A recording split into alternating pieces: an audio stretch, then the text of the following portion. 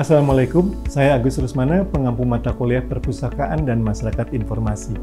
Pada pertemuan kali ini, saya akan membahas mengenai perpustakaan berbasis inklusi sosial yang merupakan layanan pokok dari perpustakaan kepada masyarakat. Ada 8 materi pokok yang akan kita bahas. Sebelumnya kita akan membahas tentang apa yang disebut dengan inklusi sosial. Inklusi sosial itu dasarnya dari masyarakat yang inklusi, yang sudah termasuk di dalam kehidupan masyarakat umumnya, yang disebut dengan masyarakat yang included, masyarakat yang normal, yang cukup finansial, cukup fasilitas, dan strata yang cukup tinggi. Dan ada masyarakat yang di bawah normal, masyarakat yang tidak punya kemampuan, fasilitas, tidak punya finansial, tidak mampu menjangkau itu. Dan mereka biasanya excluded, mereka tersingkirkan dalam kehidupan masyarakat. Ini yang harus kemudian dibantu oleh perpustakaan supaya masyarakat yang excluded itu menjadi included. Kita lihat pada gambar ini, ada masyarakat normal, masyarakat yang standard of living yang besar, kemudian sumber finansialnya tinggi, kemudian mereka punya hiburan yang cukup, mereka punya aktivitas dan segala macam yang sangat baik.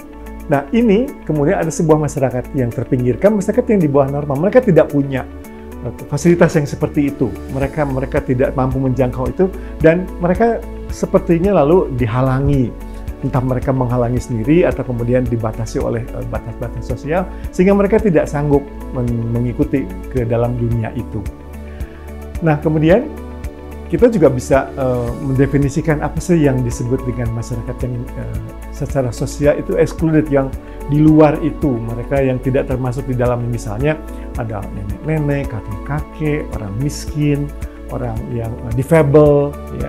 Kemudian mereka yang pemalu misalnya, yang tidak mampu bertanya, jadi mereka kalau mau tanya juga keburu takut, ya.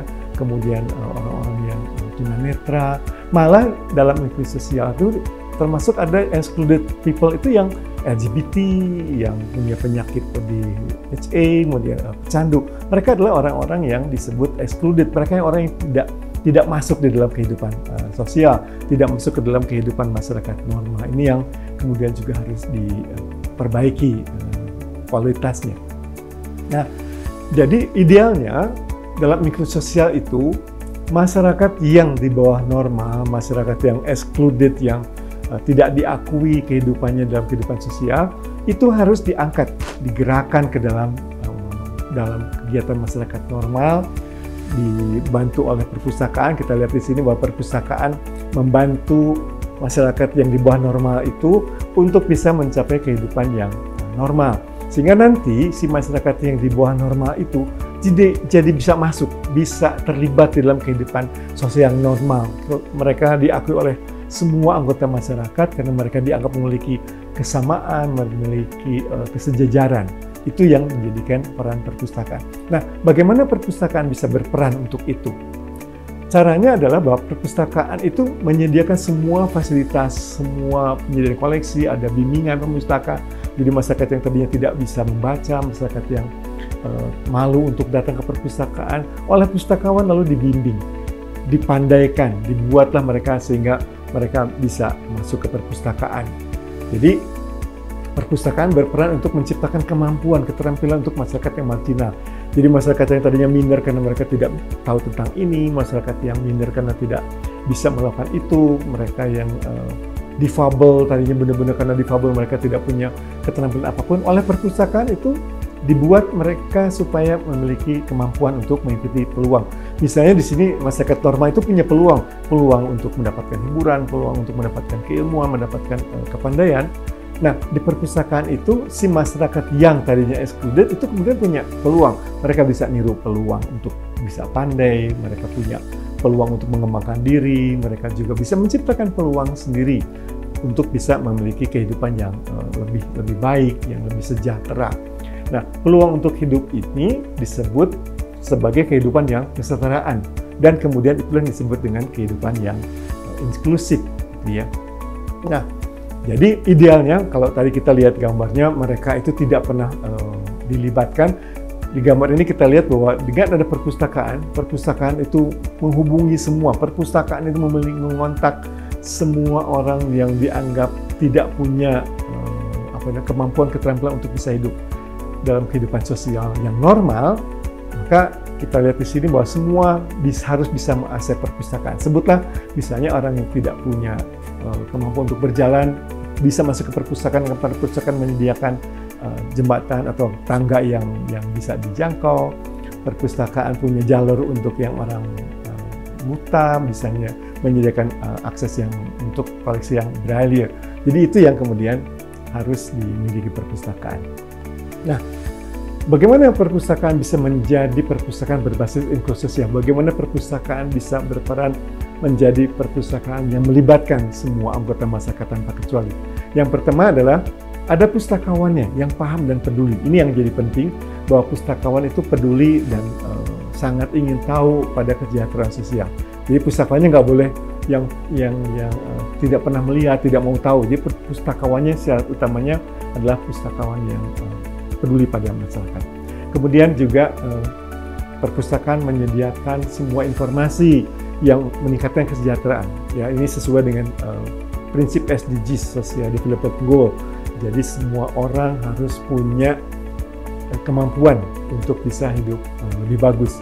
Kemudian ada koleksi yang menyediakan tentang kemampuan untuk meningkatkan kualitas hidup. Jadi koleksinya itu bukan hanya sebuah novel, sebuah komik misalnya, tapi sebuah koleksi yang bisa membuat orang meningkatkan kesejahteraan hidup. Bagaimana cara belajar dengan bagus, cara belajar dengan tepat, gitu ya. Apa saja yang harus ditingkatkan. Nah, kemudian juga bahwa perpustakaan ini harus punya kesan terbuka. Jadi perpustakaan tidak boleh membuat orang yang tadinya sudah pemalu, kemudian jadi tidak bisa masuk, malah tidak jadi ingin ke perpustakaan. Nah, perpustakaan itu harus bersikap terbuka dan tidak eksklusif. Jadi kelihatan bahwa perpustakaan ini boleh untuk siapa saja. Perpustakaan for all, people can come to the library, ya, tanpa harus merasa takut. Nah, kemudian si perpustakaan juga harus punya kemampuan untuk menjangkau mereka. Jadi kalau ada orang masyarakat yang miskin merasa tidak boleh, pustakawanlah dengan perpustakaan yang datang ke tempat itu. Datanglah ke mereka yang memiliki kemampuan yang rendah. Nah, kemudian dari sini bisa kita lihat bahwa excluded people ini, ya, dengan bantuan koleksi digital, dengan bantuan perpustakaan dan koleksi cetak, dibantu oleh pustakawan, mereka jadi bisa membaca, mereka bisa berlatih, mereka bisa belajar. Dengan begitu, mereka kemudian bisa memiliki keterampilan yang hampir sama dengan masyarakat yang normal. Nah, sehingga dengan begitu, perpustakaan sudah punya kebijakan yang bisa membuat perpustakaan berinklusi sosial. Jadi ada sebuah standar yang bisa dipakai oleh perpustakaan bagaimana membuatnya. Ya, kemudian menyelasarkan nggak boleh, ya, harus selaras dengan program dari pemerintahnya. Jadi tidak boleh perpustakaan bikin sendiri karena perpustakaan itu berada di bawah naungan lembaga. Nah, jadi disesuaikan dengan bagaimana lembaga itu membuat kebijakan. Lalu semua kegiatan itu disesuaikanlah dengan tujuan lembaga. Nah, kemudian yang terakhir adalah bahwa perpustakaan harus mempromosikan konsep inklusi sosial. Jadi masyarakat yang normal tidak aneh ketika masyarakat yang di bawah norma datang ke perpustakaan.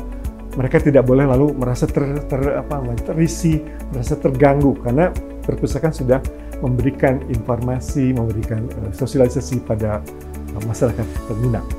Demikian yang bisa saya sampaikan pada kali ini. Semoga bermanfaat. Sampai jumpa lagi pada pertemuan selanjutnya. Salam.